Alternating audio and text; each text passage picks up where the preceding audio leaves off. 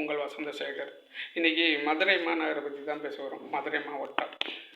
இந்த மதுரை மாவட்டம் வந்து மிக சிறப்பான வைகை கரையில், வைகை ஆற்றின் கரை ஓரத்தில் வந்து அந்த மதுரை அமைஞ்சிருக்குங்க.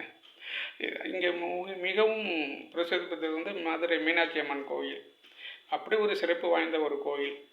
அந்த கோயிலை பற்றி பேசிகிட்டே போகலாம். பழங்காலத்து இது ஒரு வரலாற்று சிறப்புமிக்க மாவட்டம். இது மதுரை.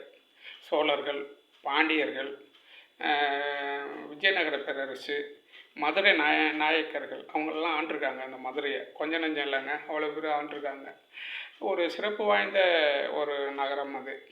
தூங்கா நகரம். இப்போல்லாம் வந்து தூங்கா நகரம்னு அழைக்கிறாங்க.